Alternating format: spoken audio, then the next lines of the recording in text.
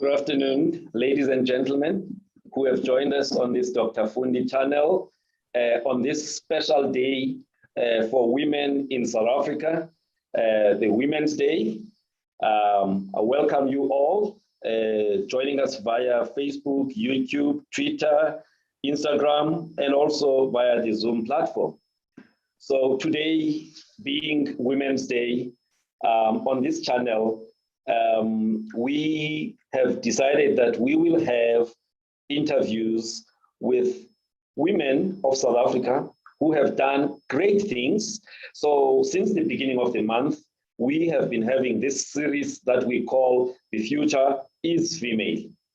So today, our special guest is Professor Zukiswa Zingela. I call her Prof ZZ.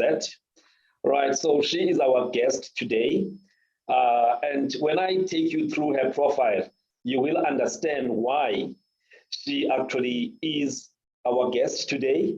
And she's somebody who, in her, almost 2 decades of work life, she has done great things, and she continues to do great things, and she still has to do many, many great things. We expect a lot from her.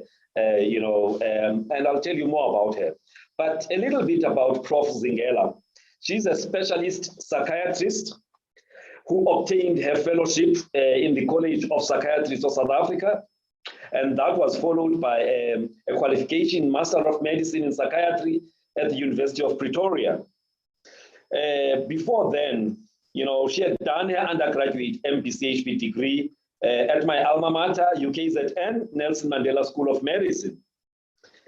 She is now the newly appointed Executive Dean of the Faculty of Health Sciences at the Nelson Mandela University in Gqeberha, or Port Elizabeth, for those who don't know Gqeberha. And that happens to be her hometown, right? So she only started there on the 1st of August. That's about 9 days ago.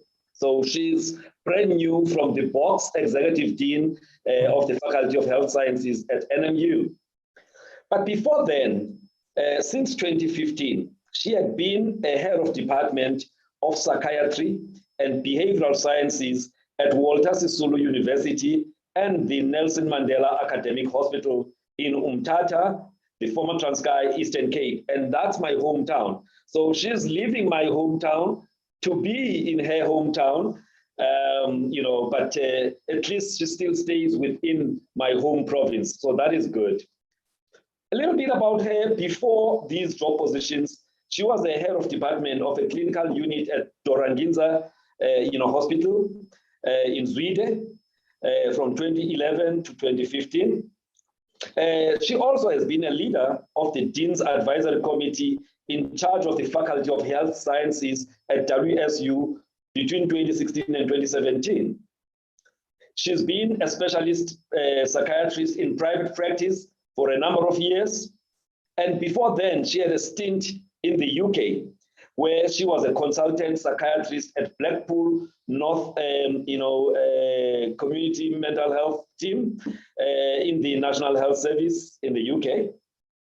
Her work experience or skills, beyond being a psychiatrist, she has trained a lot of undergraduates. She has trained and produced a lot of specialists in psychiatry. She's the author of numerous, scientific publications, and she likes to write around what we call first episode psychosis and substance abuse. She has done, these researches alone or in collaboration with others, and they've published, locally and abroad. She's been the chairperson of the South African Society of Psychiatrists, the Eastern Cape subgroup between 2016 and 2018. She's been the chairperson of the Walter Sisulu University Registrar Training and Implementation Committee between 2015 and 2018. And at some point, she was appointed by the head of department of the Eastern Cape Department of Health to be the chairperson of a task team that investigated allegations of patient abuse at Tower Psychiatric Hospital and Rehab Center. And the report that they generated was delivered to the National Department of Health Minister, and that was in 2018. She is also a member of the International Narcotics Control Board, INCB, since 2020, vice chair this year, and she's been a member of the Standing Committee on Estimates since 2020. Ladies and gentlemen, I present to you the real Mbogodo, and somebody who surely has a lot to offer to South Africa and the world, Professor Zukiswa Zingela. She is indeed a person who epitomizes what we call the future is female, because she's beginning a future at NMU, and she definitely is going to do great things there. Welcome, Prof. Thank you so much, Doc FN. And when I listen to that introduction, it almost feels like you're talking about someone else. And I suppose that's what they call the imposter syndrome. Because every time you read it, I'm like, did I really do that? Oh, yeah, actually, I did. Thank you. No, man, it was important that, we give, a nice rounded, profile about the person you are as a specialist psychiatrist, as somebody who has led, a department in hospital and also in academia, somebody who's played a big role in the broader health science, faculty at WSU, and also now you are taking on a much bigger role at NMU. So we're going to have a nice chat. And I'm going to ask you a few questions. And maybe today being Women's Day in South Africa, let's start there. What does the day mean to you? Women's Day, 9th of August, 2021, to you as a female in South Africa. Thank you for that. On the one hand, it is a day that we must all recognize because it is important. It recognizes the role that women play in society. We know it honors, the mere fact that it's on the 9th of August honors the march many decades ago by, all these very strong women who refused to be silenced against a very, very oppressive system that they stood up against. So it means women taking space where they not only are not necessarily given the chance, but where they demand that their voice shall not be silenced. So for me, that's one of the important core meanings of this day. But more importantly, it means also that because it was so many decades ago, we should be able to look back and we should be able to recognize that the advancement of women has definitely kept up with the times. Yes. And I'm sad to say that in many sectors, it has not. And it's one of the things that therefore makes me think, like many other historical disadvantages, we should not be celebrating women on just this day. It should be on any other day. And we should have reached a point where women's success is not the exception, but the norm. And at the moment, we're not at that point. So for me, it means so many important and beautiful things, but it also reminds us just how long the path is that we still have to walk. So it's important in many ways. From my side, I can say thank you that you gave me this opportunity to add my voice to such an important day. Beautiful, beautiful, Doc. So you're saying, let's recognize the past, let's recognize past struggles and successes, but let's also remember that there is still a long way to go to ensure that women occupy the spaces that they deserve, in society. And majority of people in this country are females.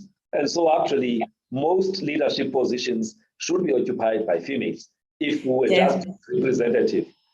Definitely. And I also want to add something. I think the disservice that we've done to the whole country, and I'm making it a collective thing, the disservice that we've done to the whole country as a people is in our focus to try and advance women. I don't think we've prepared the rest of society to actually move on with that advancement. So as a result, there is a lot that women like me are faced with out there, where despite all the positives that are happening in society, because society itself was not prepared. When I say prepared, there wasn't a normalizing of women's success out there. And therefore, society still has all the same stigmas as if we're still stuck in the dark ages. I cannot agree you more, and I'll talk as the member of the other gender. It's often said that with the empowering of women, with the deserved empowering of women, men were not prepared to be able to interact with an empowered woman. And as a result, sometimes they end up using physical strength to push their points rather than engage with women as equals. But anyway, before we go deeper, I want to understand Zukiswa Zingela. Okay. Behind the professor title, behind the psychiatrist, who is Zukiswa Zingela? Like, where was she born? How big a family did she come from? How many siblings, firstborn, lastborn, middleborn? Just a little bit about that. Okay. Thank you very much for that question. And I should actually have a disclaimer here. And the disclaimer should be technically, I should have actually asked my family, because we all have family groups. I should have posted something that says, oh, by the way, I may have to talk about us.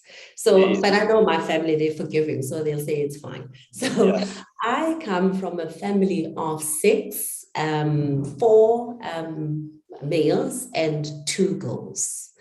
And born and bred in Port Elizabeth. Mom was a nurse while dad worked, odd jobs until he found a permanent job, which he eventually retired from at Shell. Yes. So mom was a nurse, dad was working, so we had to live with grandmother, which is the typical story of most of us, isn't it? You live with grandma, and granddad was no longer in the picture. I think he passed away many years before. So that means you grow up with cousins who actually grow up as your siblings. Yes. And that happened in Warmer Township. And for those who do not know, actually, the name Gqeberha used to be applied to Warmer Township, specifically Warmer Township. So grew up in Gqeberha, the old Gqeberha, and went to school there until when I was about to start standard 3. Then mom and dad said, now we can actually look after our kids ourselves. And there were only 5 of us at the time. So we all moved from Warmer Township to Zwide. And that's where I started my higher primary school, standard 3. And here's the interesting thing. Many people who have known me from a young age will know that in those years before I moved to Zwide, I was using my English name, because that was actually my first name, was the English name, followed by my middle name, which was Zukiswa, and then surname Zingela. And I cannot tell you, I have no clue what was going on in my head, because I was only 8 going for 9. But I remember very clearly that when I was asked to give my name in standard 3, I did not give my English name. I gave my Xhosa name. And I remember coming home. I have no idea what drove me. I can't tell you, because I don't remember what young me was thinking. But I do remember very clearly coming home and then announcing to everyone that from this day on, I am Zukiswa. Everybody laughed at me, and it took a few years, but eventually they got used to it. And here's the thing: when I turned 16 and I went to to get my ID, they wanted my birth certificate, which had my English name in it. And I decided I am not reviving that after so many years. So I said, I don't know where it is, but you can take my word for it. I'm Zukiswa Zingela, and it has stuck. So that English name died a natural death. Or you prefer to tell us what it is? I'm not really revealing that English name at all. Those who know me will sometimes, now and then on Facebook say, hi, so-and-so, and I'll be like, well, we killed that name a long time ago. So, no problem. So you didn't tell us then in your position in the family, middle child, last born. I know you're one of 2 girls, but... I'm the younger of the 2 girls. So there's like 3 brothers, then my older sister, then myself, then 2 brothers. So, you know, I was smack in the middle, sort of. So nguphelokazi othile, you know, the younger of the 2 females, you know. No, that's good. That's good, Doc. All right, so just I don't want us to spend a lot of time here because I want us to focus on your working life. But just if you reflect back at the upbringing yakho, ngumakhulu initially, and then your mom and dad, what values would you say they really instilled in you, which are still helping you to navigate your general life and professional life today? Just 1, 2, or 3 kind of values. I think the first thing to recognize is that as much as they instill those values, which I'm going to talk to you about now, but the person who laid the groundwork and the foundation in all of us was my grandmother. Yes. So they instilled values which were instilled in them by their parents. And from my mother, hard work and not feeling sorry for yourself when you have to work hard. Yes. Determination. Yes. And what I learned from my mother is nothing is impossible. She used to say, if it does not talk and it does not have a brain, you can't say it defeated you. Wow. Okay. That's almost like what Madiba also said, basically, it's like nothing is impossible, if you just put your mind to it, and work hard, it's possible. All right. And she was a big inspiration. And my dad also was a very hard worker. But more importantly, what I learned from my dad is that, first of all, you can get further with diplomacy than, always attacking. Although there are times when you have to go on the offensive, but you can get further with diplomacy, first of all. Secondly, I learned a very good sense of humor. That was a man with a very good sense of humor. He was a gentleman. And, being able to therefore take my mother's determination and balance it with, that sense of diplomacy and that sense of being able to laugh at yourself, and not take yourself too seriously all the time. I think those are the things that have stood the test of time in the different roles that I've played. And, they have managed to help me get through quite a lot. So I would say those are the main things. And I think to some extent, not to some extent, to a lot of extent, my dad was a humble person. Yes, my dad was a humble person, and I found that as a result, he managed to, make lots and lots of friends. People adored him, and it got to a point where my mother would sometimes say, even her family sometimes seem to forget which one they are related to. It's like, he's now the son more than, because of how good he was with people. So I would say those are the things I took away from both of them. Beautiful, beautiful, Doc. So growing up, what did you want to grow up to be as a profession? What profession do you want to follow?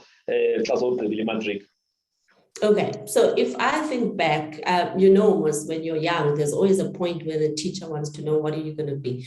I do not ever remember giving a different answer to a doctor. But for me, there was a very clear reason why. I mentioned before that my mother was a nurse, but she was one of those nurses who left high school in standard 8 to become a nurse. Yes. And then at some point, she then decided, when she had 5 children, that she wanted to be a doctor. So she dropped out of nursing. She went back to do standard 9 and standard 10. This was back in the 70s when it was completely rare for women to do that. And she passed them well, and managed to get into medicine. She did her medical degree. And I remember she qualified in 1984. So for me, I had a role model right there in the house who set her heart to doing this. And she managed to do this. So I grew up thinking, I want to be like her. Yeah, beautiful. How many people, like you said, who could actually live, was nursing as a profession then, it was one of those professions where, if you are a kid from that family, you are middle class, Exactly. and most people are comfortable with that. But she decided, you know what? Yes, I've achieved, but I still think I can achieve more. And Yes. she took, the decision to finish her high school years and went and got to become a medical doctor. And with 5 kids. Yes, with 5 kids. And that's one of the questions I was going to ask you, to say, did you have any role models when you were growing up? But you've actually answered me even before I asked that question, and so you've always just been, there was never any confusion in engineering or actuarial science or anything, just medicine. Never any confusion. There was a point just after I passed by standard 10 where I thought maybe I should try something else, but I found that, medicine was obvious for me. I can't even remember the exact day where I decided it would be medicine, so it would be difficult for me to pick one thing that said, this is why you chose medicine. Because, from a young age, I thought I want to be like my mother. And yeah, obviously it happened.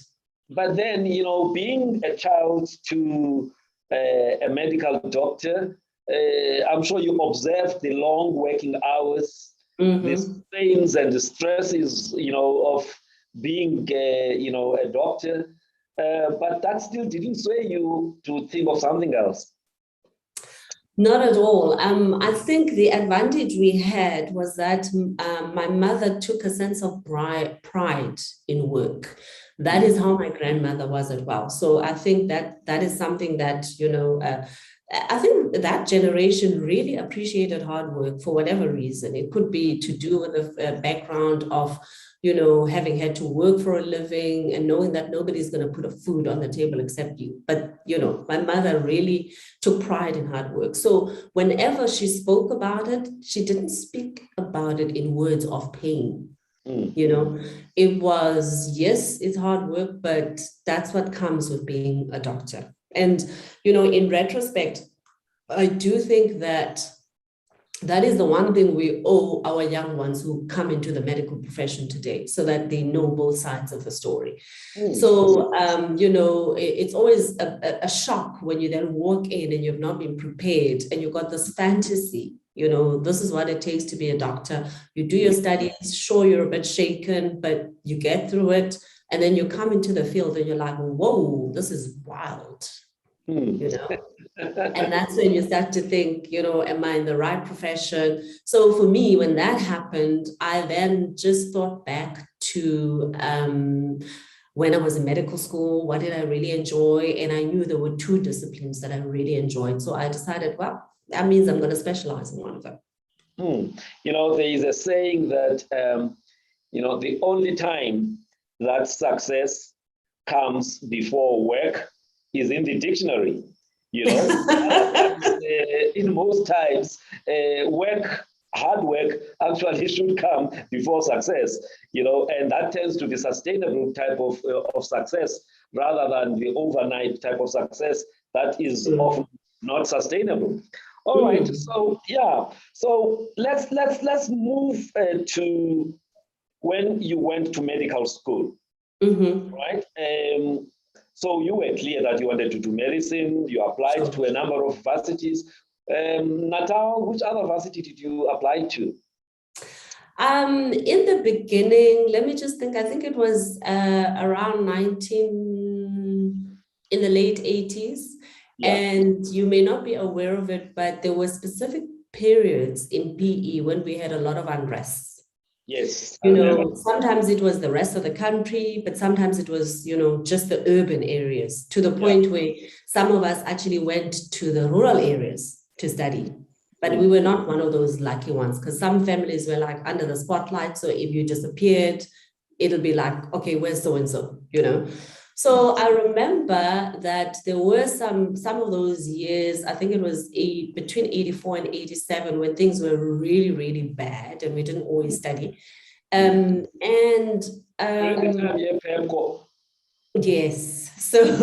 So I remember around those times, even though I knew I wanted to do medicine, but I already told myself, you know what, I know you're not going to do well, because you've lost so many years. Most of us had lost so many years. And I remember doing my matric and thinking, okay, I'd like to do well enough to be able to apply to all the medical schools that will be able to accept. But the reality was like, despite all of that, you may find that you are not as successful as you would have liked to be in matric, and therefore you need to be realistic. So the first time I literally applied to about 2 or 3, I think I did UCT, I did Wits, I did Natal, and those were the 3. But my choices were medicine, but there were others. I think somewhere I chose pharmacy, and somewhere else I chose dentistry, but I wanted something to do with health. Yeah. And, fast forward to when the results came out, they were good, but not as good as I wanted them to be. So I sort of accepted, okay, I'm probably not going to make it into medicine. And then I decided, okay, that's fine. If I can do something scientific, that'll be fine. So I literally remember after the results came out, I sat down, planned with my mom and dad, and my mom then said to me, okay, fine, if you don't make it into medicine because you feel, you still want to do health sciences, my suggestion is go and do BSc, because that's how most people got into medicine before. Yeah. And she then said, you've got different options. I know you didn't apply for it, but they are still open at these universities. So I remember very clearly, I traveled to Forte University. And when I got there, my aunt was still working there, in the Mets department. And luckily she was there, so I didn't even have to stand in the queue. When you know someone who knows someone. She's like, is that? And then she took me to the people who were busy, registering. And she said, it's my niece, give her the best. And I remember I registered for BSc. And as I started signing, somebody next to me said, I'm registering for BSc Pre-Med. I said, oh, is there such a thing? Because I came to register for BSc. This girl said, yeah, didn't you read the prospectus? So I said, okay, fine. I'll put that down too. Got accepted into BSc Pre-Med. And I remember one of our lecturers used to laugh at us. There were 40 in the class. And he would say, so you guys say you want to be doctors, hey? And then he says, well, we'll see all 40 of you next year as BSc second year. So you will be that's bad. And we used to hear a lot of those stories from Forte, where some of these lecturers would actually say, there's 40 of you, but less than 10% of you will actually move forward. The rest, we will see them next year. So that setback, in a way, in terms of your plans, actually wasn't really a setback. Because by doing first year there, it is as good as doing a first year medicine elsewhere. Yeah, but I think, sometimes the resilience of youth is sometimes lies in the naivety of youth. Because if you think seriously about all the decisions you take when you're young and you think about the consequences, if you think too deeply at that age, you won't be able to make any decisions. So the naivety of youth sometimes lends you a certain resilience that you wouldn't normally have. So although it was a setback, it did not feel like a major setback. I think because you're young, you're thinking, I have time. So if you fast forward then to the end of that year, there were 8 of us who got accepted into medicine, University of Natal, because all of us had very good passes, obviously.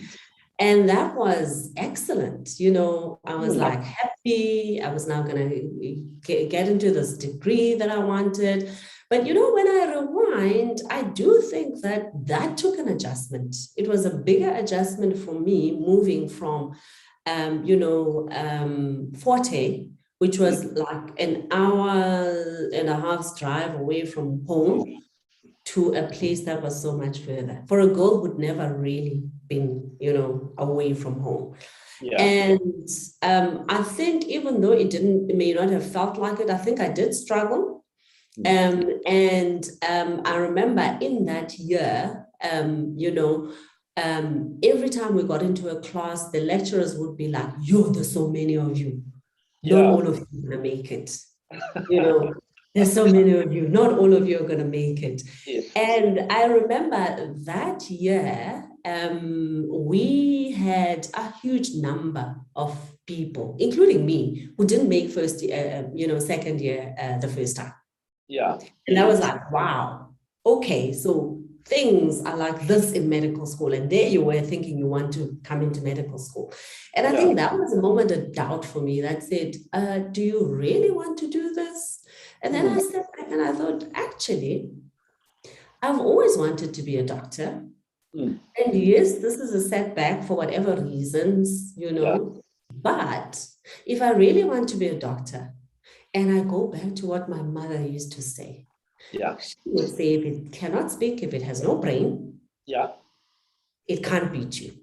Yes. Yeah. I mean, I was just thinking now, you moving from Forte straight into second year, that anatomy and physiology, very, very, very hectic, and even the best, they struggle, I know. So, but I think it also helped that, you were not the only one. There were so many, Yeah. So it didn't feel strange and it didn't feel, how shall I put it? There was no shame in it.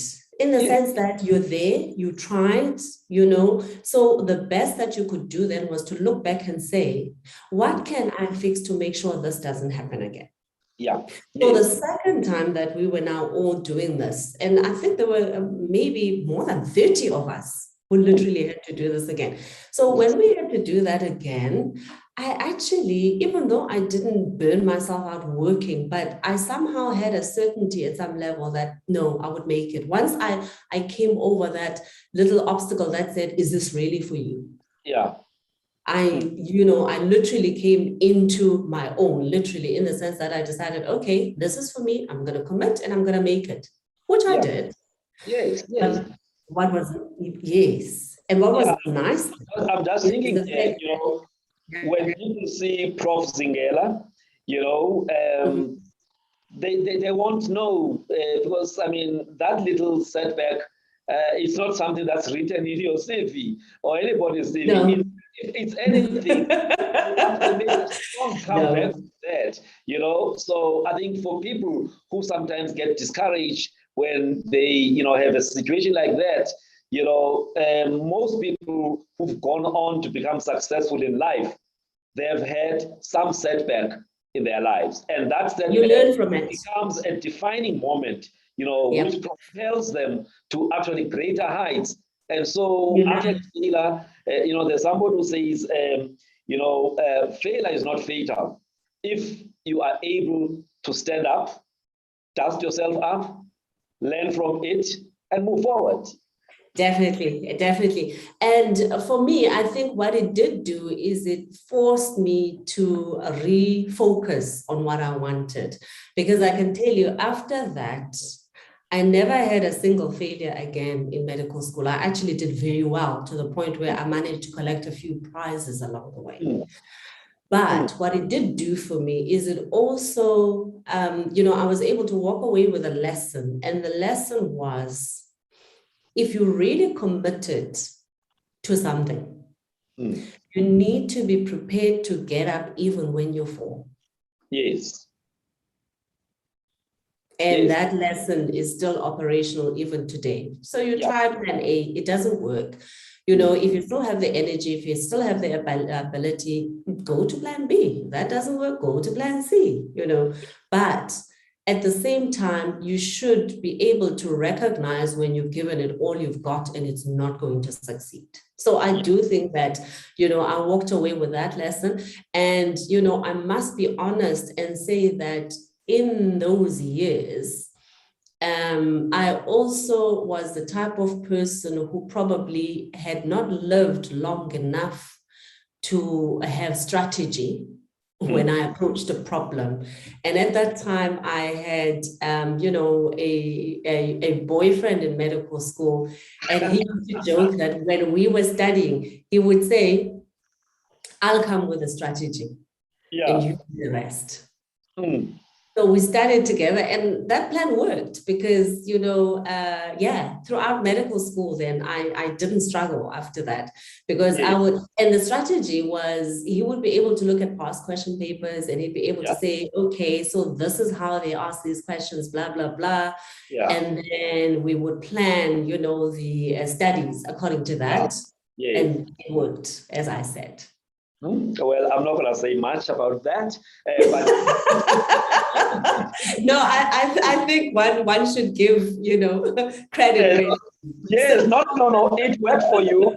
In fact, I think it worked for both of you, because he had to be focused, and it was good that you guys were in the same class. You could plan together, and attack. Whilst another one is studying, the other one is also looking at, okay, how best do we tackle this question and that, and so it worked for both of you, and both of you qualified, and that's very good. So what would be your highlights during your undergrad?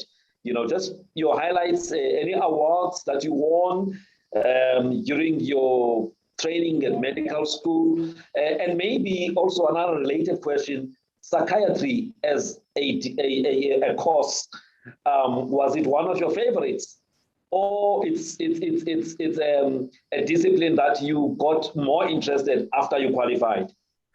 Okay, so highlights. I think you would have had the Ellen Taylor experience. I did not have the Ellen Taylor experience.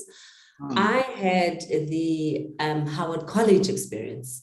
Yes. And what was really, to this day, we will sometimes talk about it on the side, or in different groups when we meet. There was the TV room at John Bewes, which was a female resident. Yes. And it was I used to visit that residence, yeah. It was a very popular space for the guys. Remember, John Bewes was a female res, but it was. Knew that from a specific hour, it was like, I don't know, it was like happy hour at John Bewes, but without the alcohol, because all the men would come, and then, especially in winter, you'd have our duvets or our blankets, and we'd be watching. We knew that we would watch cartoons from a particular time, change over to soapies, and then sit there until a particular time. And you're not just sitting, you're busy cooking, because it was next to the kitchen. So you would go cook from start to finish, and then when you're done, you go back to your room. So for me, believe it or not, those were the highlights, because that's when you actually got to see your friends. That's when you got to mix. That's when you got to interact. Yeah. And, that's when you literally got to know a lot of people. So that was a nice highlight. And then when it came to academic work, I think having come from, a difficult second year, I was very surprised when I got to third year. I found the work we were doing easier and easier, in inverted commas. Like every time I wrote a test, I would get these wonderful marks and I'd be like, whoa, is that me? So I sort of only got used to getting really good marks when I got, towards the end of third year, fourth year. By the time I got to sixth year, I sort of had an assurance I was going to pass. Yeah. But I did not expect that I was going to get a few prizes. I think I got two of them. One was just in general, when they looked at all of the records of the students, they gave me a prize for most improved academic performance. If they looked at what happened in second year, and then they looked at everything else. And then there was also a prize in obs and gynae, and I did not expect that. I wanted to get a prize in either psychiatry or peds. I got a prize in obs and gynae, and I was like, which unit were you under there? I worked with Sam Munokwani. Yes. So I was like, what? And I remember that when the results came out, I was not, once they used to come and hang them out there, and then all the class would congregate around the results. But it was so, full of people there that I couldn't get through the thrush. So I was standing, at the back. And then the next thing, my boyfriend comes and he just lifts me up and I'm like, what? And he said, you got a prize for this and for that. I'm like, oh, well, I don't care. I'm just happy I passed. Yeah. So psychiatry, I did not get a prize for psychiatry, but I knew that I loved psychiatry. I love psychiatry. I love pediatrics. So I knew I was going to specialize in one of them. Yeah. Now, what about psychiatry that actually made you to love it? Because, some of us, when you have to go to King George and do the work there, and sometimes you feel, no, man, this unit is not well structured. Things were not happening like in medicine. Things were not happening like in peds, where things were structured. You had to drive yourself when you get to King George Hospital. Slap the patients and make sure that you always sit closer to the door so that if anything happens, you are the first one to be out of the Well, I think if I think back, we had exposure to psychiatry in 4th year. Yeah. And then, in 5th year, you then had to do a lot in terms of clerking. Yeah. And I remember, I always had this fascination with what goes wrong in the brain, that one moment you are okay and the next you're not. Mm-hmm. And then I remember seeing Prof. Naya, it was Dr. Naya at that time, and she was acting head. And she had such a command of this fascinating subject that I was like, I would actually have loved to have that kind of insight one day, because for me, it is really fascinating to wonder what goes on, in the brain and what goes wrong that, anybody could actually end up with mental illness. Yeah. And the other side of the coin was, what can one then do to fix that? So first of all, it would be nice to know what goes wrong. And secondly, it would also be lovely to be able to fix it so it doesn't happen again. So it was sort of a concrete, basic grasp of what psychiatry was about. So in my mind, I thought, wouldn't it be wonderful if you could, not you and me as a person, but if humanity could get to such a point that, we are able to prevent it from happening, but more than that, we are able to banish it so that you actually don't need psychiatrists anymore. It was, of course, very naive because it's much more complicated than that. And that's how my interest started, Yes. All right. So, so that was your interest, but you didn't get a prize in it, but you still wanted to pursue that or pediatrics. Yes. All right. So you did your internship. I'm not going to ask you about that. And ComServe. Now, we didn't do ComServe. Huh? We didn't do ComServe. We were the last year before, so we didn't. Okay. All right. So did you become an MO for some time, or you went straight and wanted to be a reg? I became an MO. I did my internship in Livingston. It was a really tough year because not only did I now move to Livingston, but lots of other things were changing and happening in my personal life. And there were also a lot of deaths around that time of our group as interns. So it was really hard. And quite frankly, I think that for a few weeks, I became depressed, but it was not a full-blown, episode of depression where I would say I became completely dysfunctional.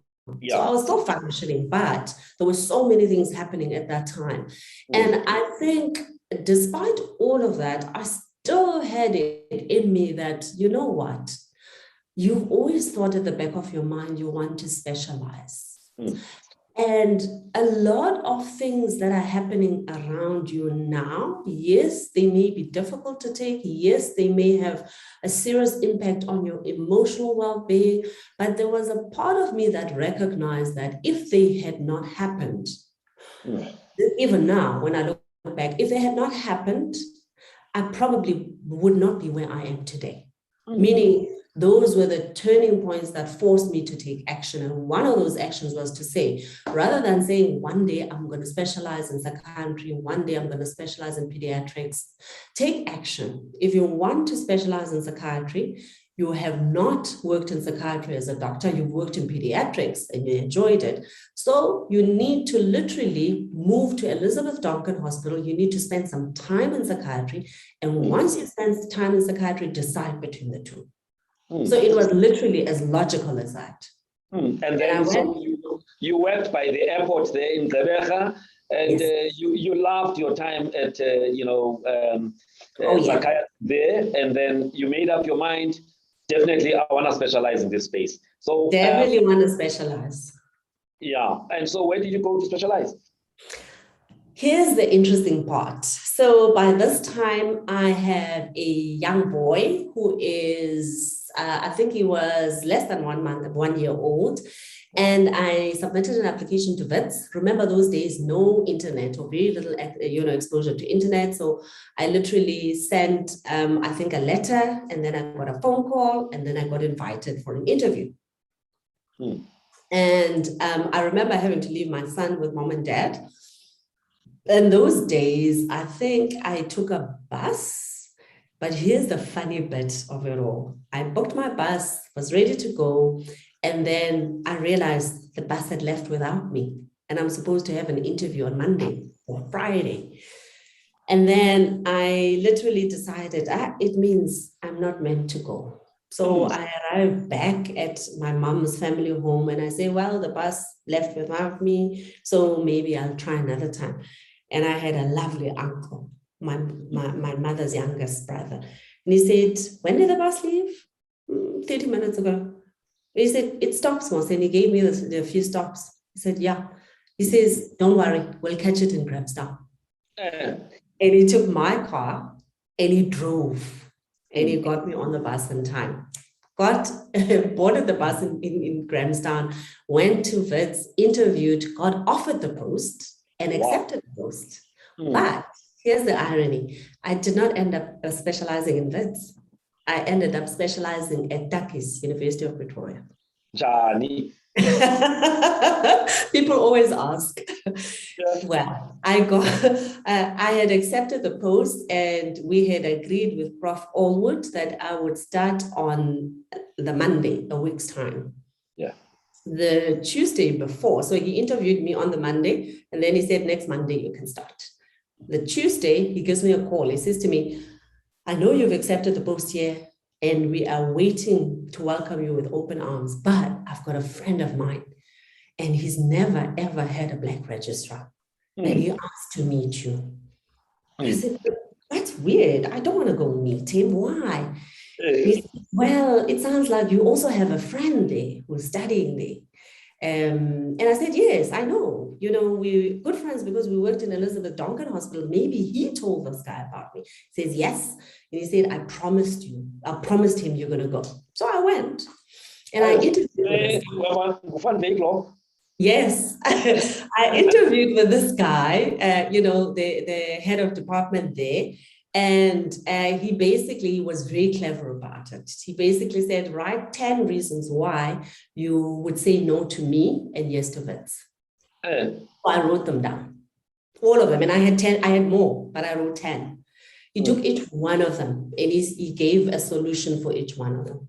Yeah. And then he said, now you have no reasons. So I said, okay, if he's prepared to do all of that, then I'm going to change. And I never realized he was not in question because even though he had accepted elsewhere, but that very person is the one who linked you up with them. Yeah. So I accepted the post, and I must be honest, I have never regretted it. Tukkies was a beautiful place to do my psychiatry in. And I made lifelong friends. And of course, I walked away with my life partner who's still with me today. Yes, that's what I said. Something clicked in my mind. Van Veek was pulling the strings behind the scenes.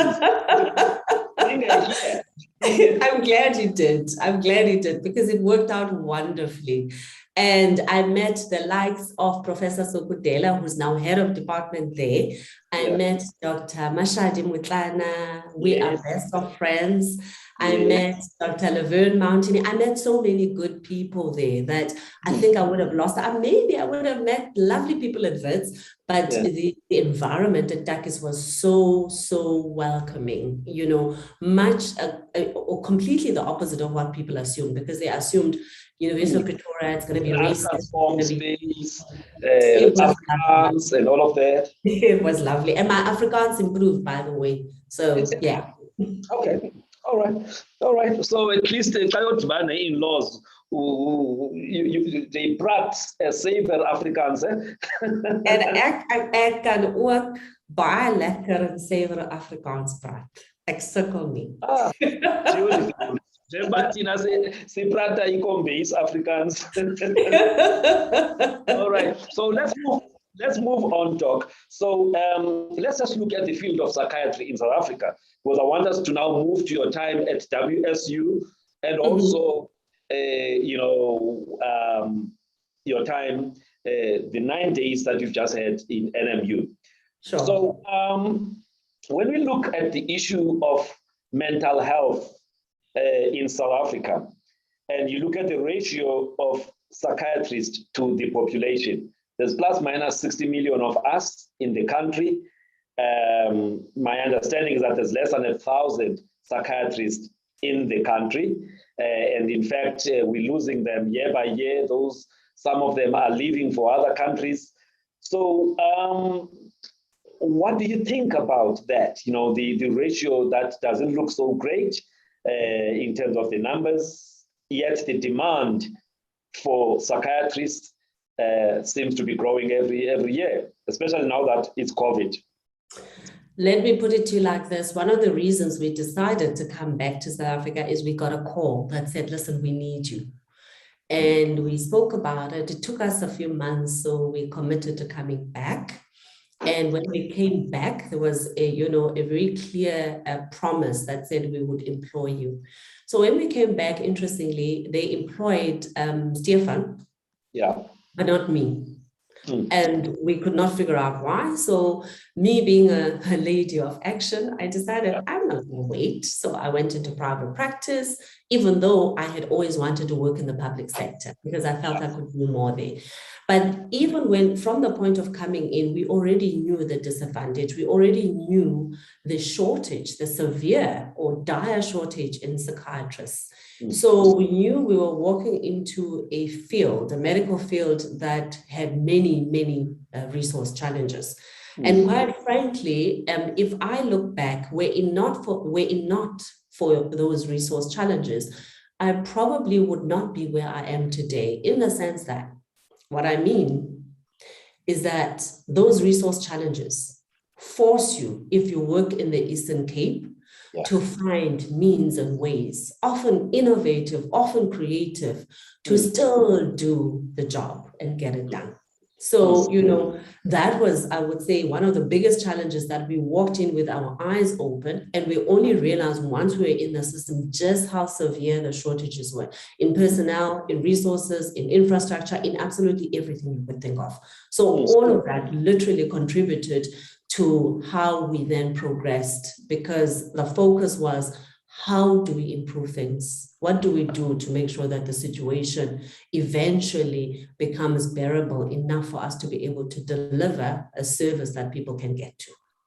And so you were in the greater PE, private sector, and then Stefan was in the public sector. But then, you ended up being the head of the clinical unit within Doranginza as Reed, not far from where your parents' home were, was. What did it mean to you? It was literally Yes, and I can tell you there are two people who were responsible, well, three actually, who were responsible for that. I was in private practice. I was really loving it. I was enjoying it.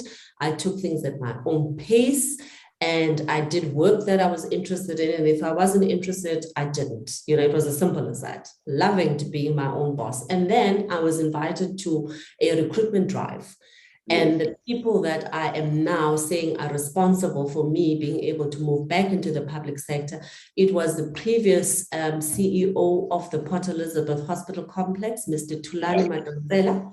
It was Fundi that we used to be interns with many years ago, and then it was Lungile Pepeta. So all three of them were present during that recruitment drive.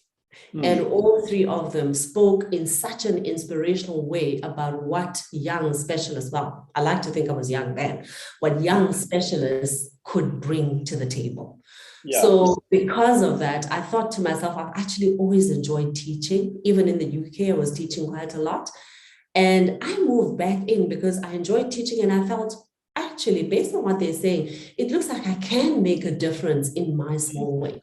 And then I committed to applying and moving into the public sector. And I've never regretted it, by the way, despite the challenges. And somehow, you guys were the terrible quadruplets.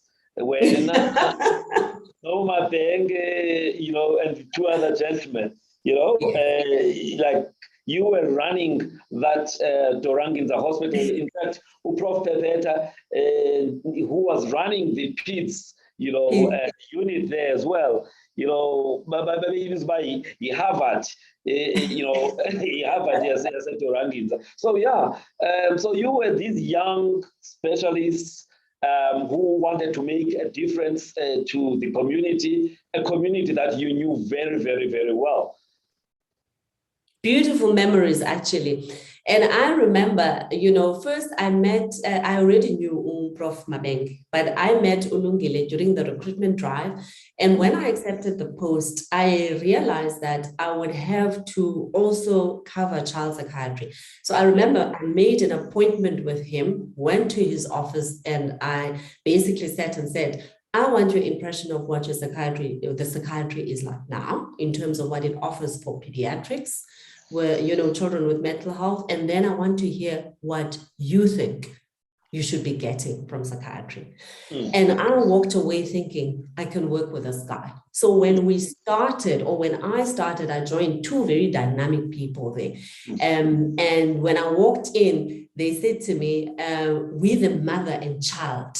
We're the terrible twins. So whenever they are meetings, the other one was from PIDS, and both of them very ambitious and action people.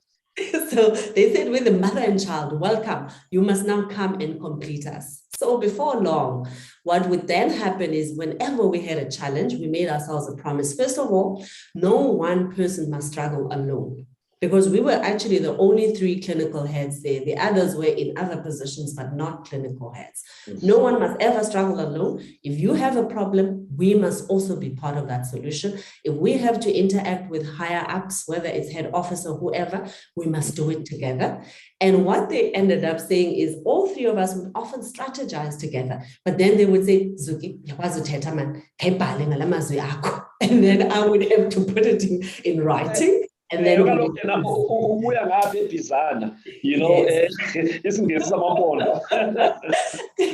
so I must say those were beautiful times. And, I joined in 2011. So for about 5 years, we worked as this dynamic group. I mean, we were part of a complex.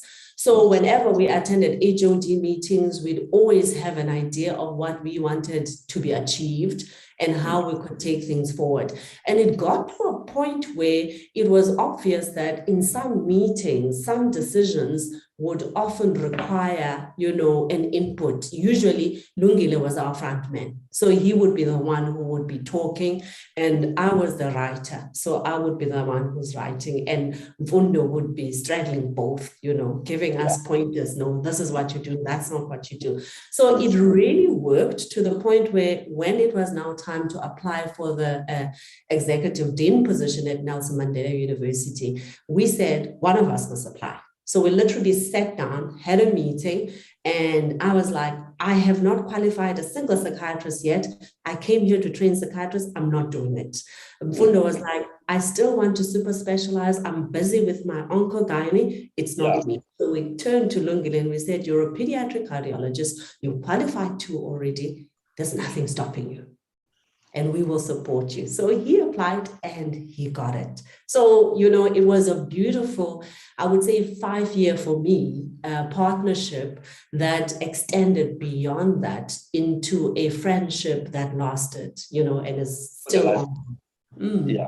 All right. So you seem to have a thing about 5-6 years, then you get jittery. All right.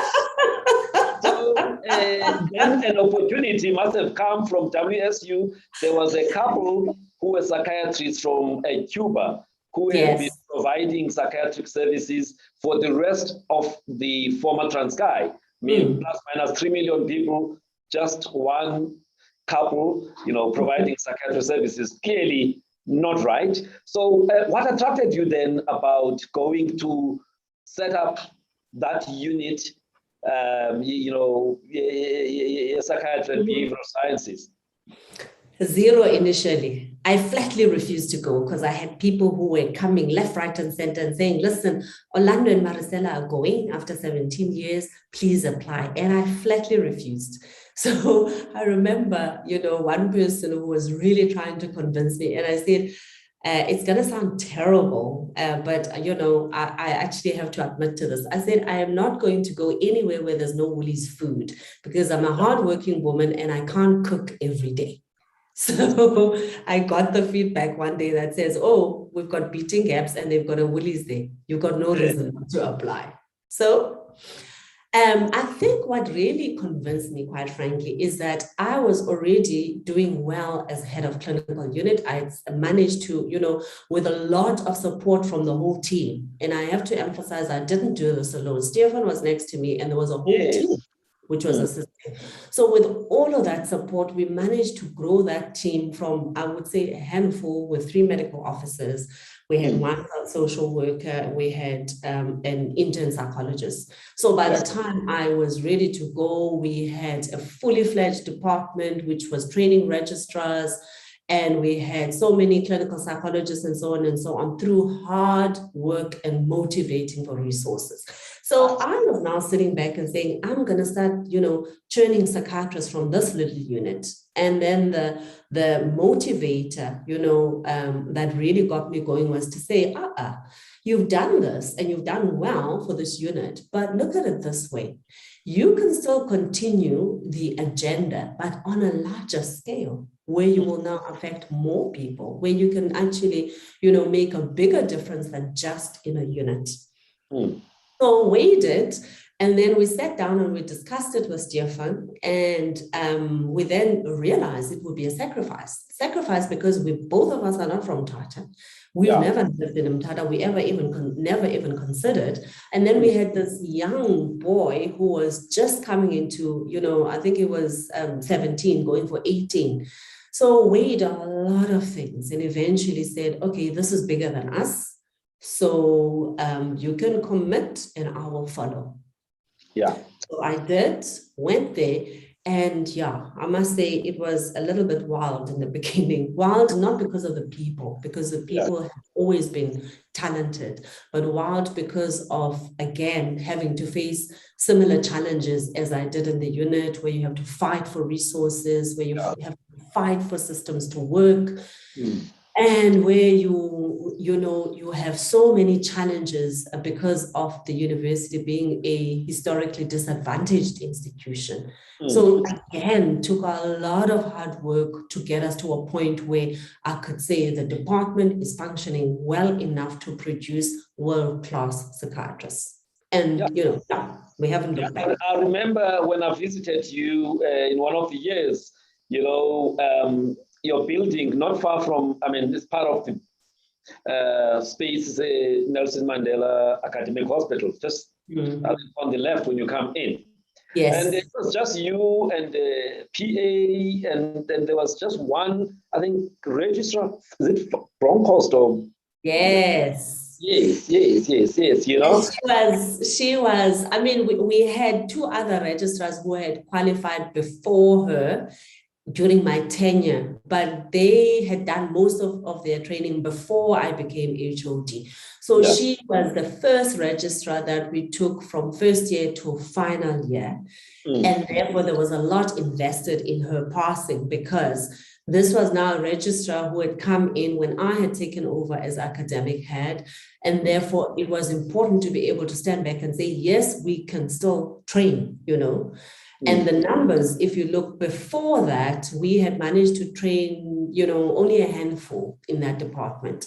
So she became the turning point because we had taken her from first year to last year. We now had to take her through exams. And if she passed, then it would say to me, we've got the recipe right. And I remember when you visited, she was preparing for her finals. That's why she was there in Umtata. And I am happy to announce that she did not disappoint as well.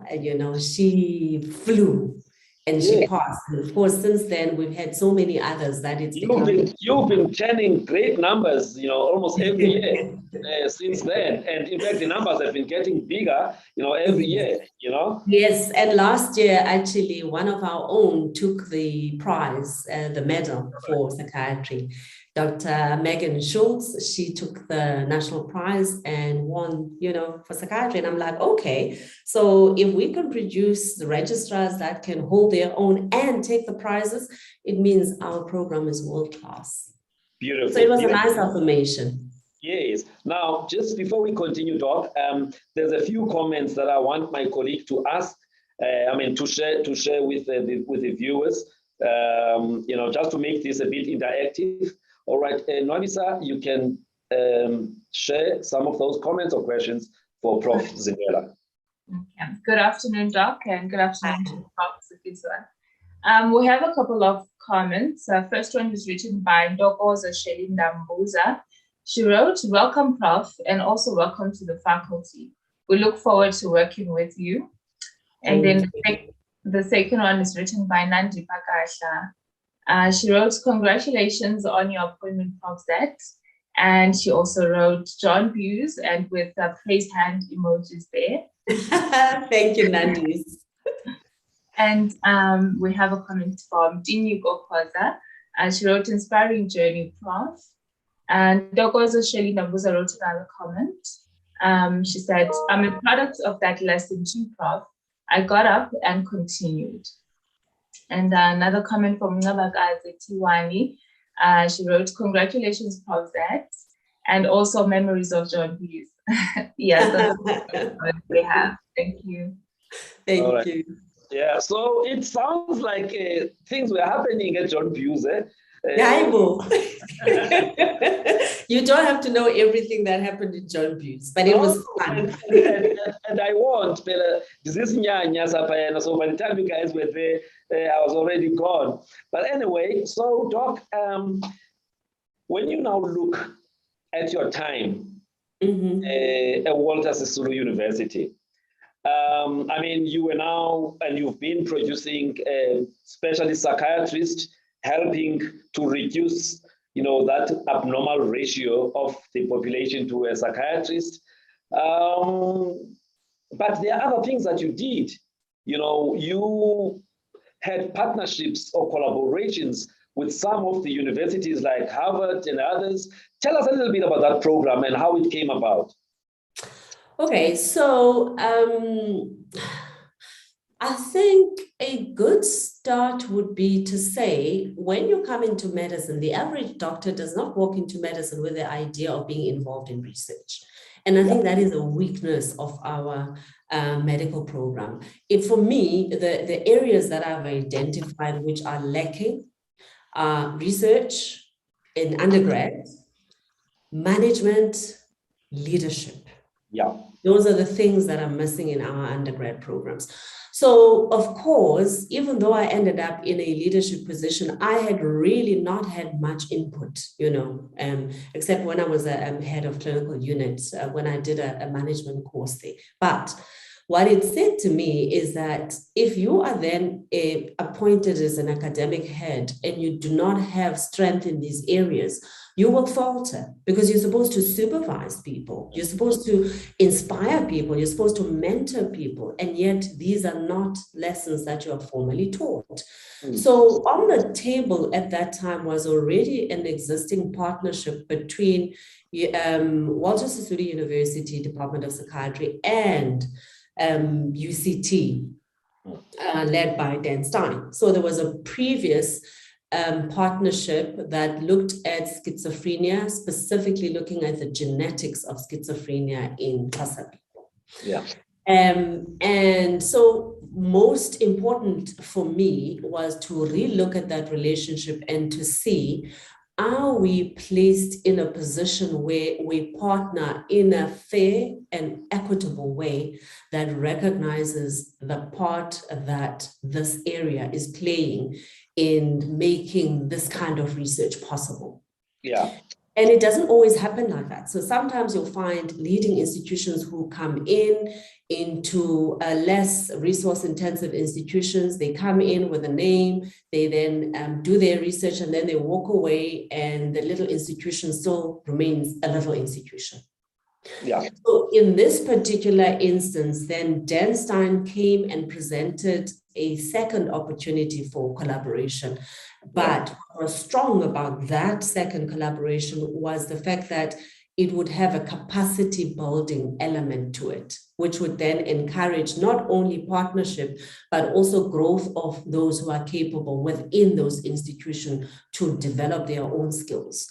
So for me, that really sounded quite good. And that was then the Harvard partnership. It's called the Broad Institute, which in its history would have been Harvard and MIT, who formed, this institution specifically focused on research and innovation. And they then were partnering with UCT, and UCT then brought us on board. That's how that partnership came about. We got to a point where we could at least, have some of the Harvard team coming to our institution to train on research methods and research methodology, offered an opportunity for me to actually also go, not just me, but other partners from Uganda, from Kenya, to also go to Harvard and MIT to at least get a feel of how all of this is done at that level, but more importantly, to build relationships with the researchers there. So what it did more than anything is it opened my eyes to the possibilities of research. Even if you're not a high-level researcher, if you are able to describe what to do, write it up, and make sure that it's done ethically, you may always have something to teach the rest of the world.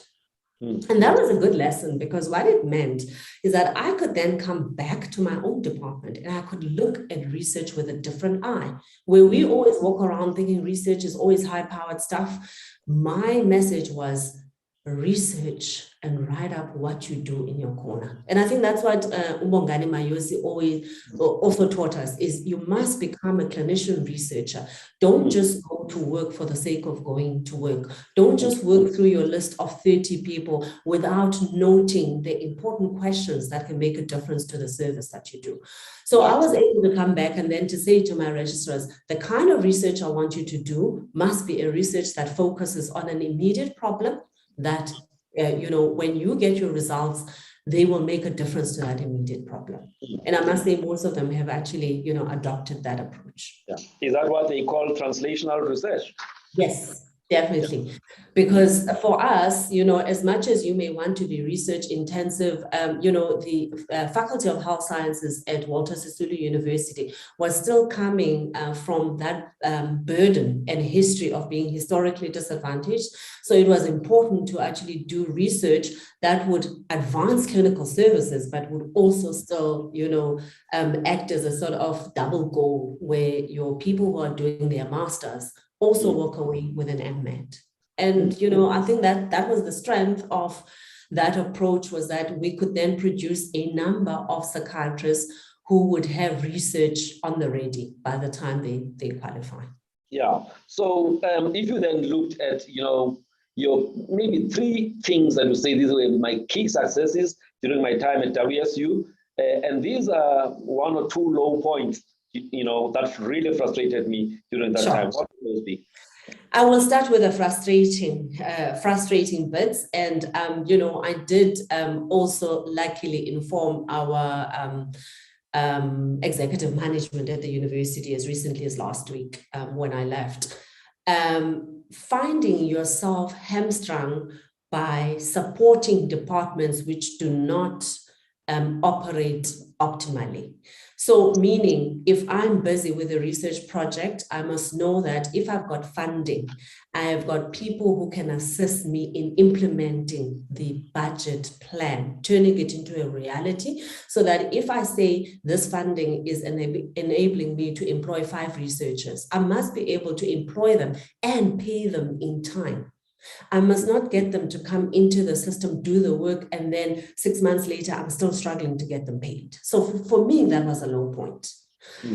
So meaning the supporting systems were not always optimal. But 2 highlights I can mention for you, well, 3.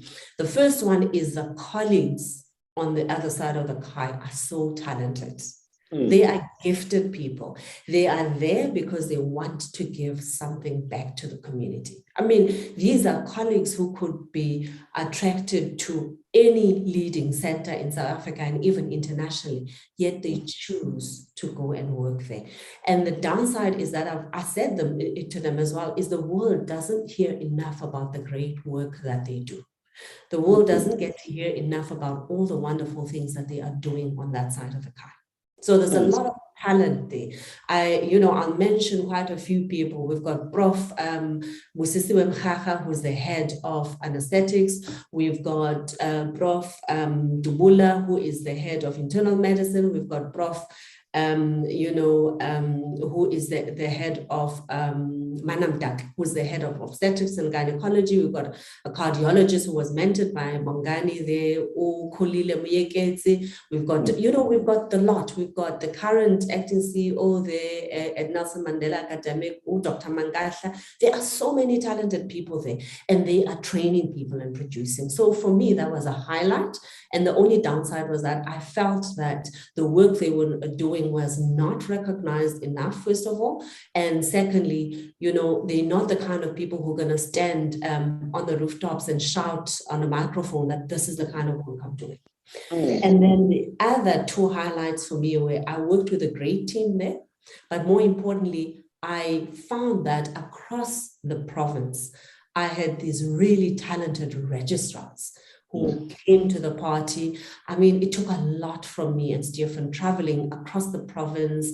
One night we're in BE, the other we're in Mthatha, and literally driving, 500 kilometers this way and that way. But investing in people where the investment turned into something tangible. They passed, they produced research. At the moment, we have one child psychiatrist who did not train with me, but we invested in him to go and train in the Western Cape. He came back. Starting 1st of August, we now have a child psychiatrist in Mthatha. We've got a young man who came to our department as an intern, Dr. Yanga Tungan. He's doing his neuropsych, and we are really hoping that we're going to have him back in the province by January or February. So we're going to have a neuropsychiatrist right here. So I'm very proud of that.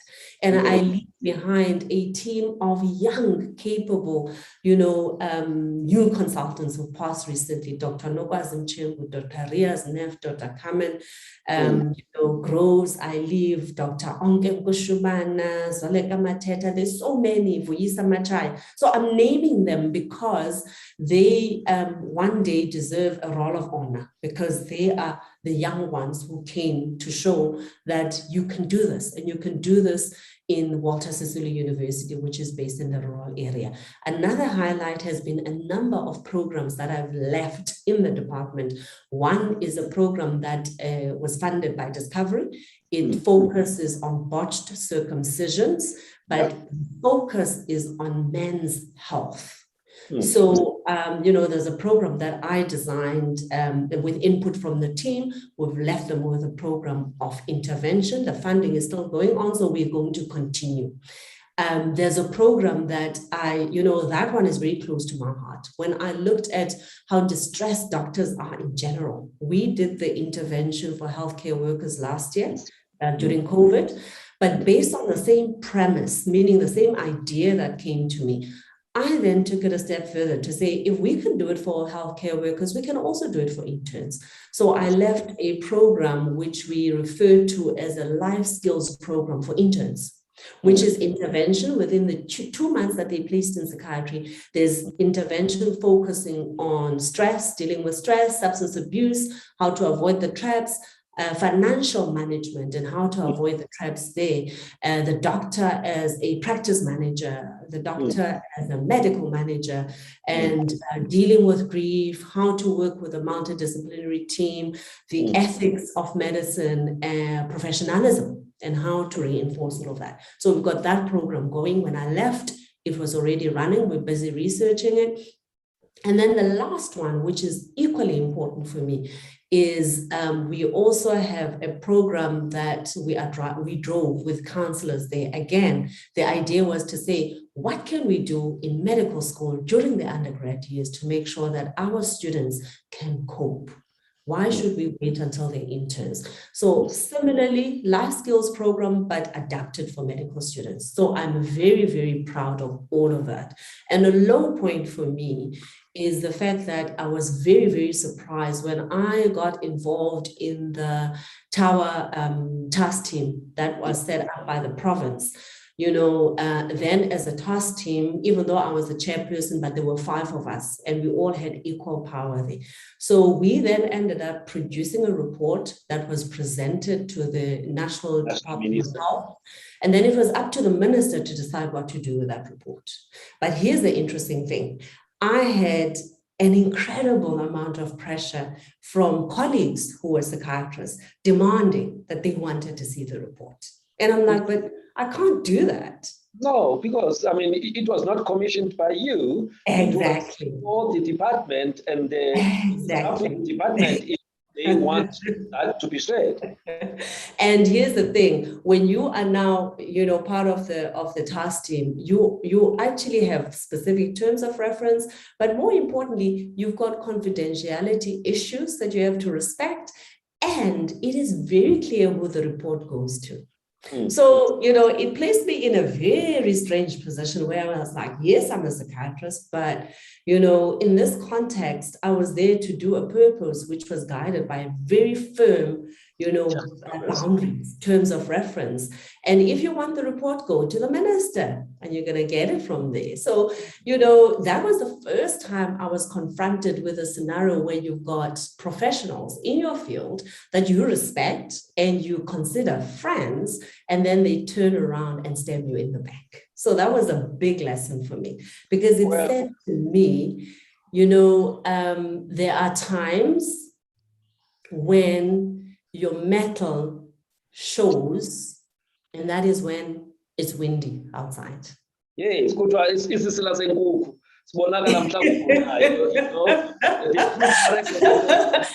took it as a lesson as well. And the lesson for me was, you know, there are people who you will come across in life, they'll make a very good impression on you and they will remain lifelong friends. But those who drop along the way, they drop because they were meant to. And it's better to leave them there. Yes. But it told you something, though, about ethics.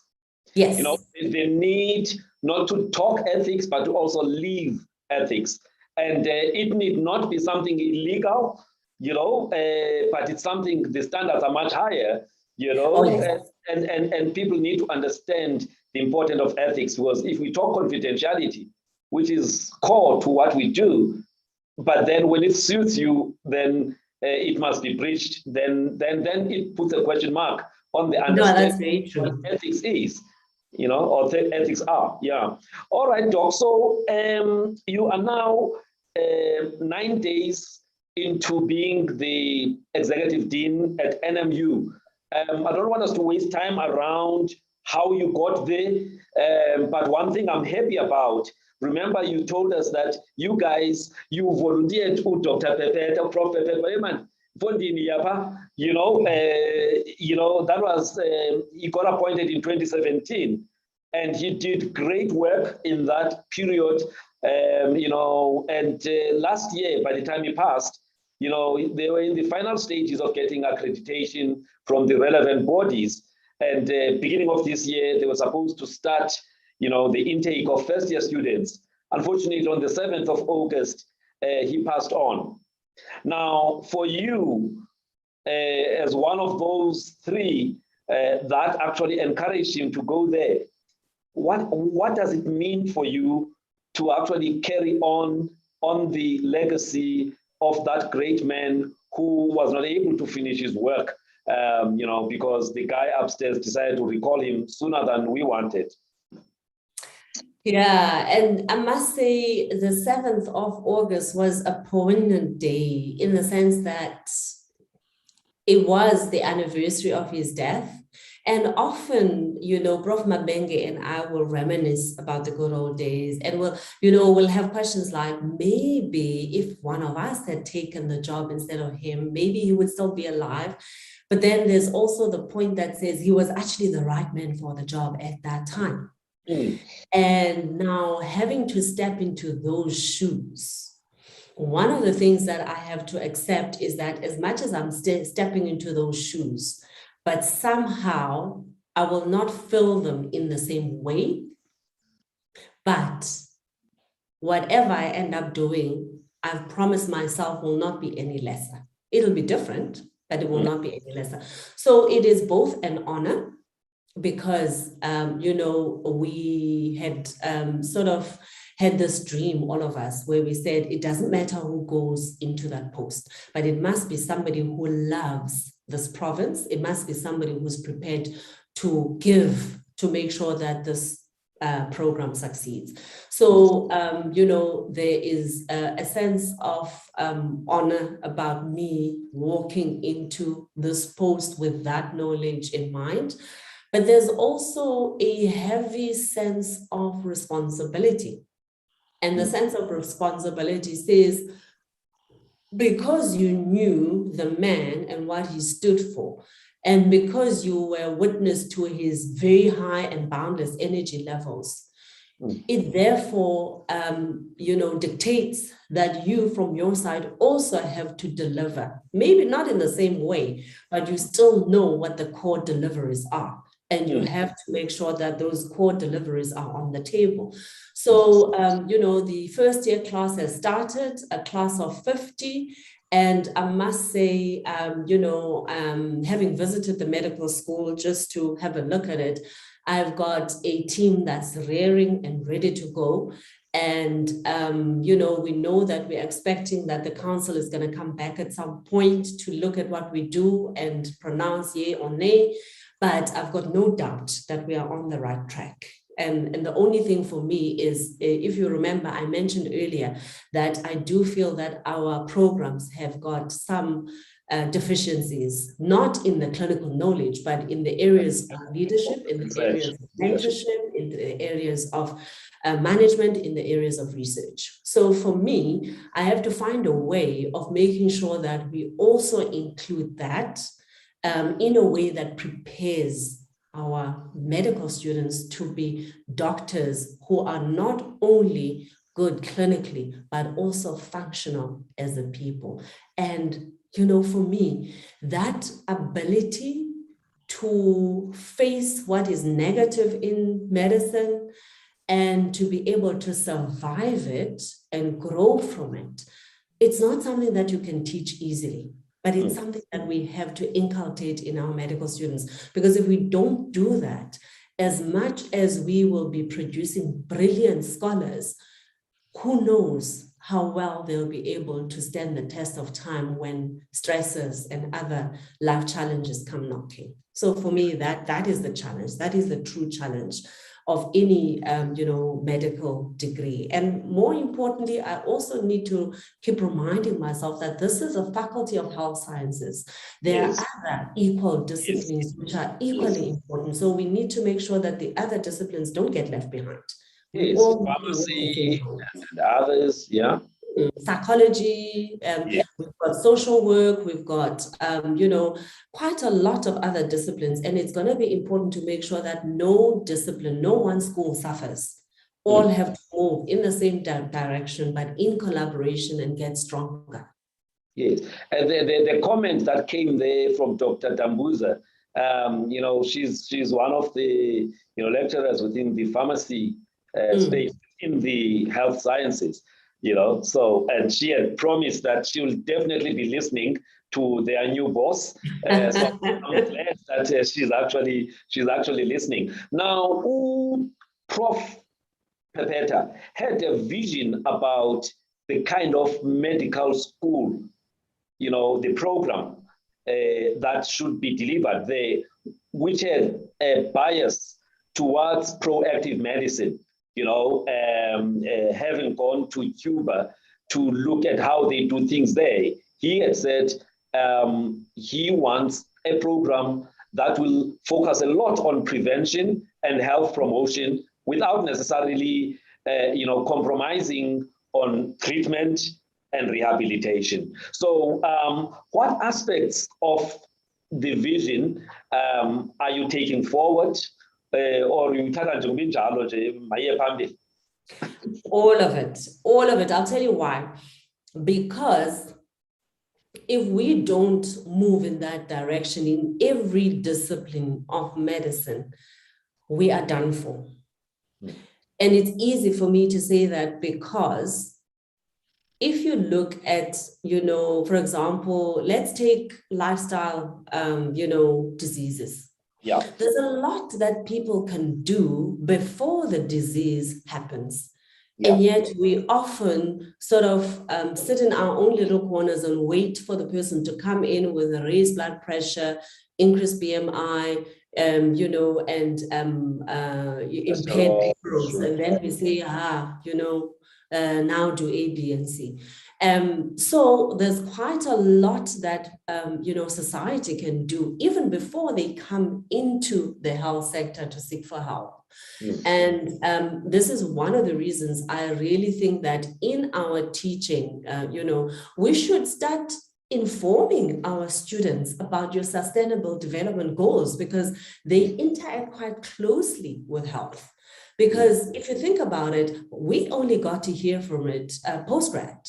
Yeah. There's nobody who came into class and said, oh, by the way, in this discipline that I'm teaching, these are the things you can do to prevent the disorder from happening. So I think we need to do that from the word go so that the student already starts with a thought that says, okay, what is my role? What role can I play in this person's life, in society's life, to make sure that population health is not only something that we deal with when it's ill health, but it is something that's supported even before ill health develops. So I would say all of it. And the only thing I would want to add then are the other areas where I feel the medical degree as a whole also needs, you know, further strengthening. Yes. Now, having been within the medical school environment, but now you are going to be the boss of all of these, you know, different disciplines within healthcare. And we do know that from time to time, there are territorial issues within, you know, within and between, you know, these disciplines. How are you going to navigate that? I think that you are biased towards the medical, you know, what you are used to, you know, and give everyone a fair chance. That's actually a good question. What I like, however, is the fact that doing psychiatry, working in psychiatry, it is inherent in our everyday work to work with all disciplines. Yes. Usually when we teach our students, when it comes to management, before they tell us anything else, the first sentence they have to say is, my approach is going to be biopsychosocial. We now add spiritual as well. So that means in my everyday work, I am so used to working with so many disciplines from so many schools that it would literally be going against who I am as a professional to ignore the other disciplines, because that is the nature of our profession. And I am one of those who you know, has found great value in that. So, for example, you'll hear that when I'm talking about the different programs that I left in Walter Sisulu University, as much as I would say it was my idea, because all of them were, but I put it back to the team. I would then say, this is what I think, and then let's brainstorm. Let's decide where we take it, so that even the intervention we did for the healthcare workers during COVID, we had input from all of the team members equally. Even the intervention that we came up with for men's mental health, we had input from the rest of the team. So I am so used to doing that, such that in the faculty, it would feel very strange for me to work with a medical program only, because I understand that in order for the doctor to be fully functional, they actually have to work with other professionals to make sure that, that is how they are able to deliver optimal health to the nation. Yeah. As you were talking about, Uguti, you are a person who follows the biopsychosocial, and then you brought in the spiritual part. I was a happy person, because I'm no priest, however. Yeah. I'm no priest. No. But to understand that, sometimes the presentations may actually have a bit of all of those, and therefore the interventions may actually need one to understand all of those. And being a family physician, that's the kind of thing that, drives me, if you understand your patient, body, mind, soul, and spirit, So I'm happy, and knowing you also, you've done some research, on what one would call transcultural psychiatry as well. So I know that that's a part of, a psychiatry that works for you. All right, Doc. So to the people who are looking at, your tenure at the Faculty of Health Sciences at NMU, who are, who've got a lot of expectations. Sometimes people come in and say, okay, give me 100 days, then I'll give you exactly, my strategy, what.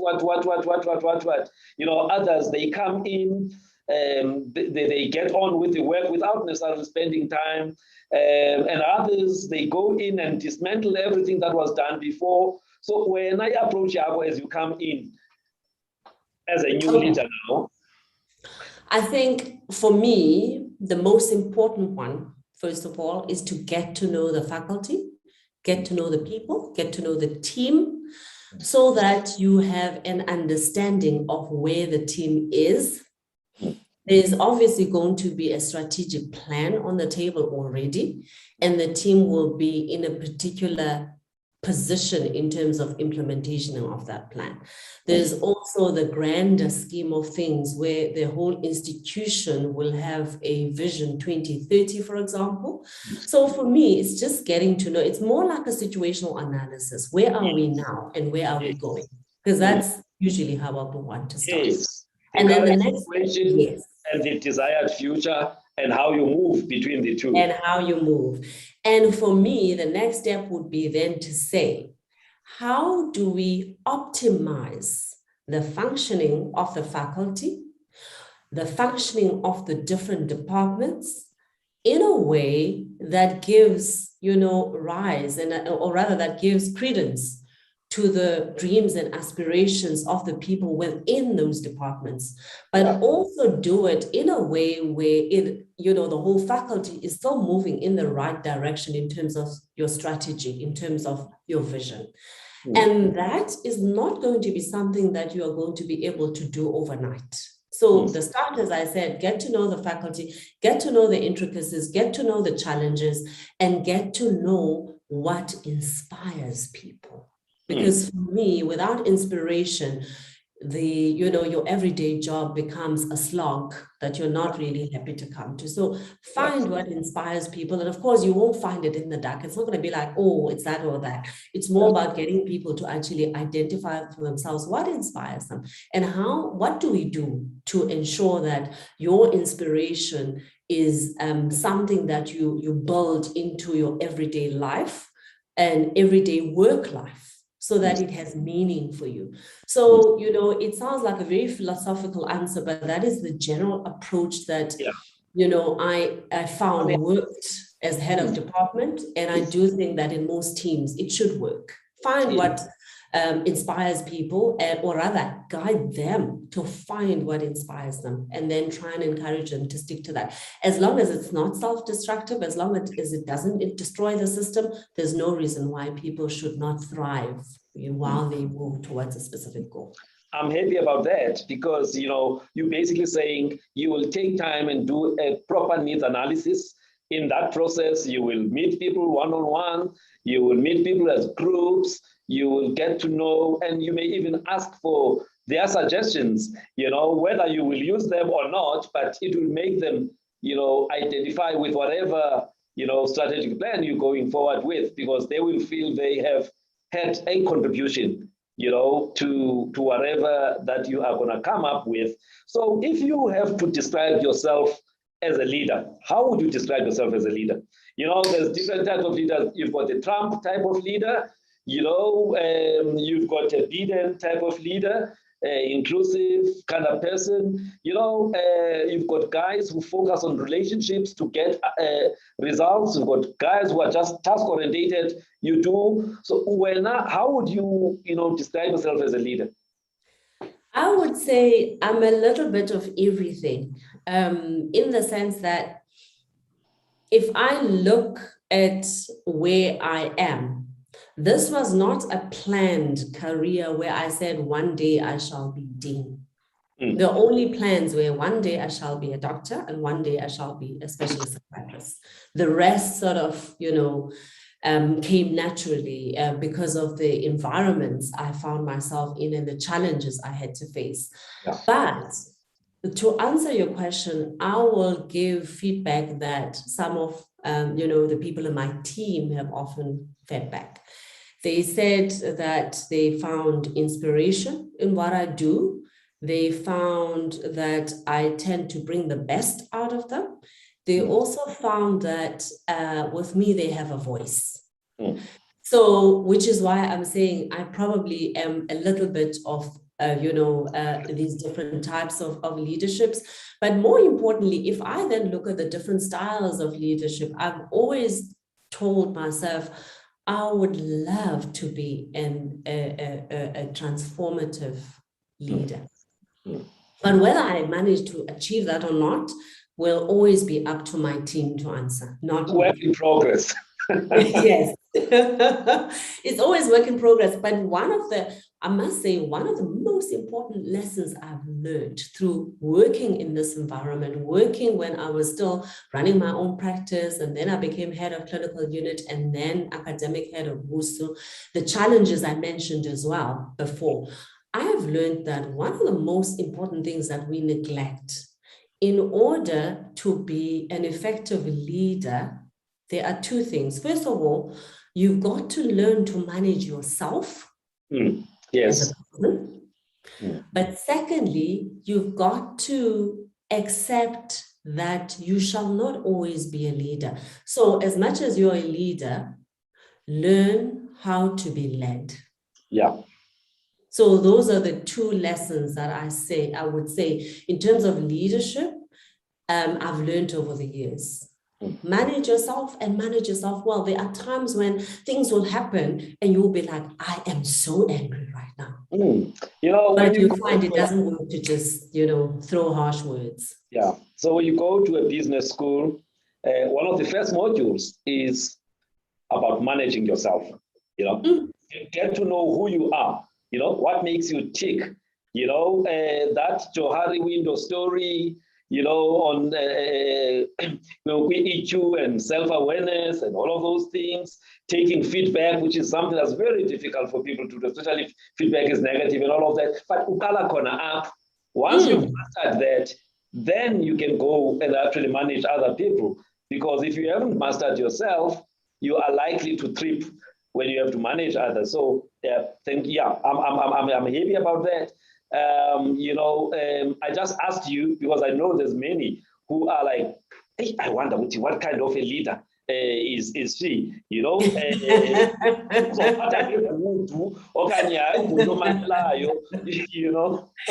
hear some people have been saying, oh, she's a no-nonsense lady. I'm like, well, exactly. I can't walk. I can't say I'm a no-nonsense lady, so I don't know.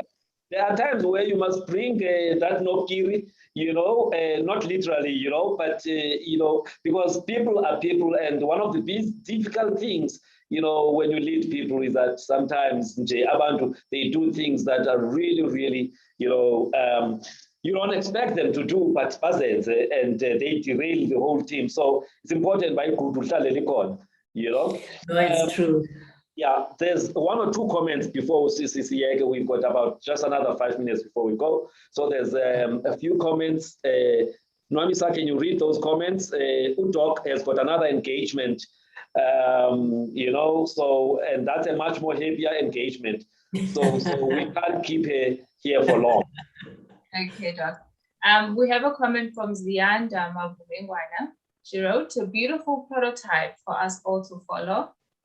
And another comment from Siki Ngwanya Mdleke. She wrote, such a beautiful interview. All the best, Prof, for your new role. We are rooting for you.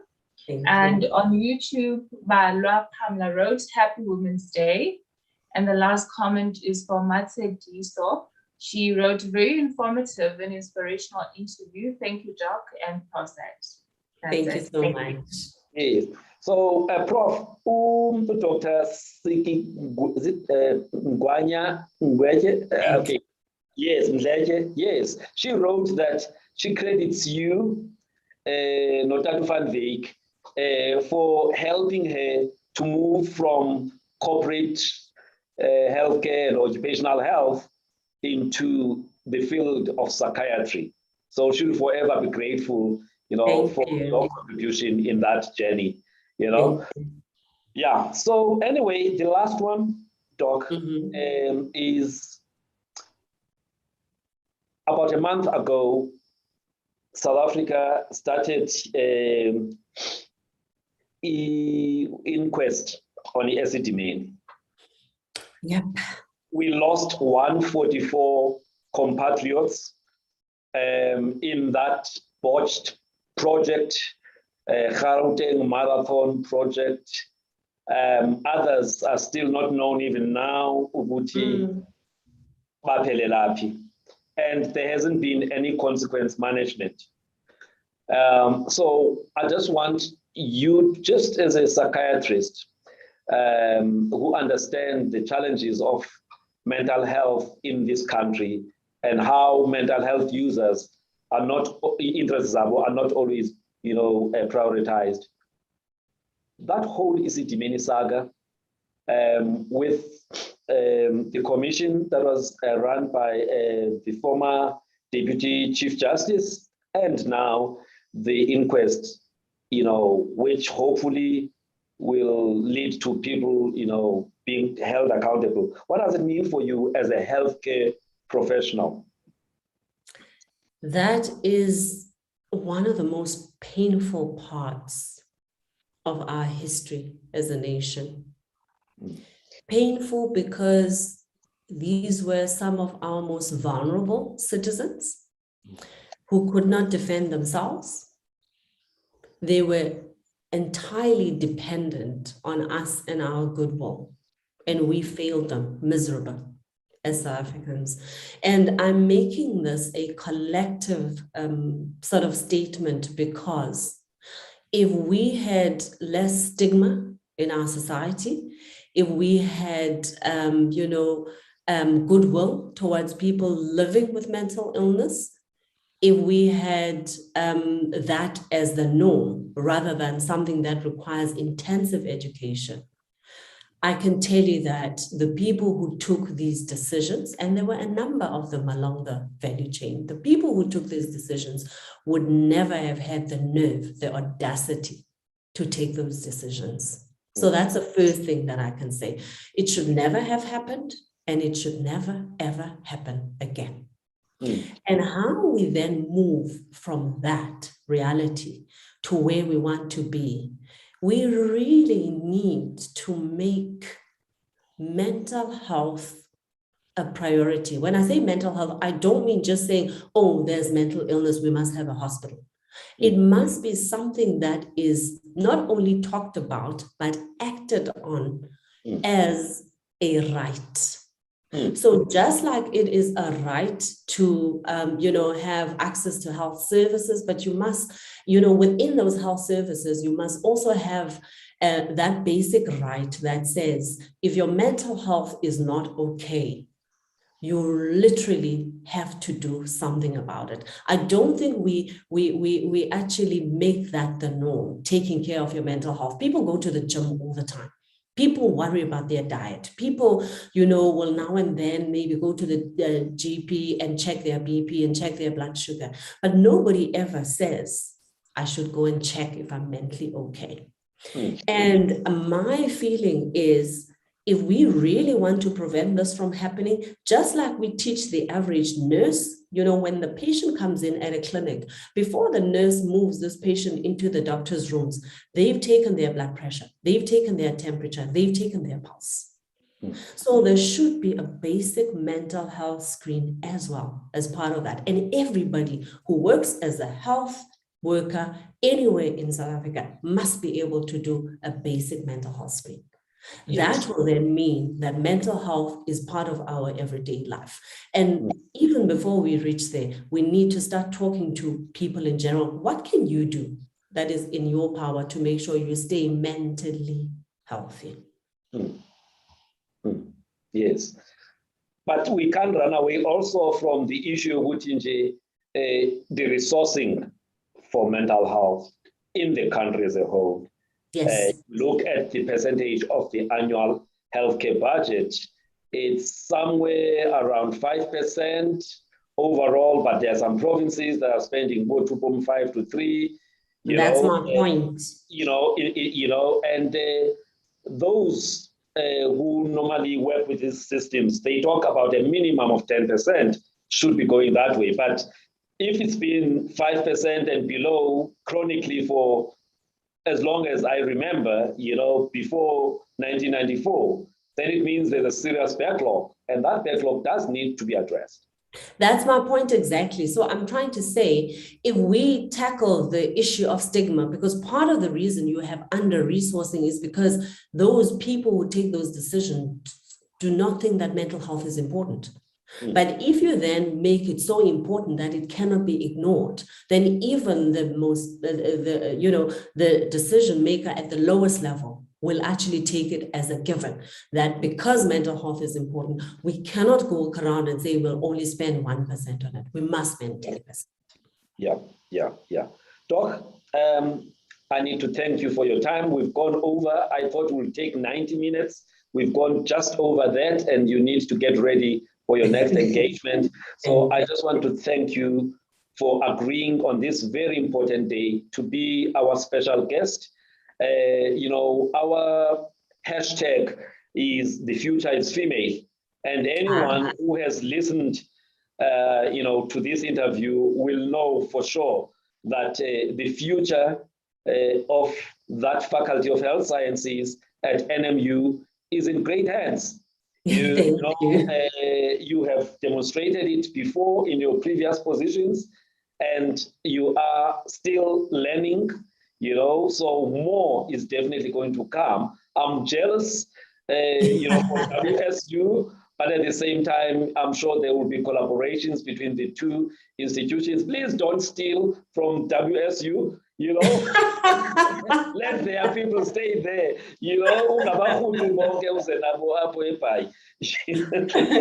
Thank you so much, Doc. And I must say a special thanks to you. It was lovely, looking back and walking down memory lane.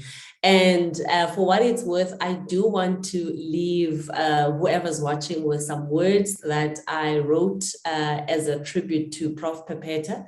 Yes. I think we posted that on our website yesterday. I saw it yesterday. Yes. And just to say, it is not our superhuman efforts that make us heroes. But what does make us heroes is the ability to navigate the everyday challenges and survive. So with that, I say Happy Women's Day to everyone, and thank you to you. And this is what Doc. I don't want to mess up beautiful words. And thank you to you. And also thank you to Babu Fundi. Behind every successful woman, no,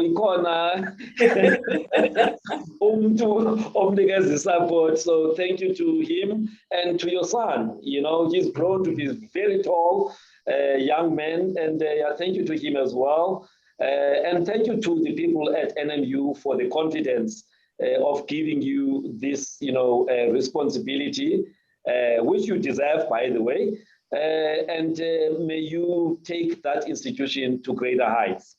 So thank you so much, sir. All the best. Okay, Bye-bye. thank you very much. Goodbye.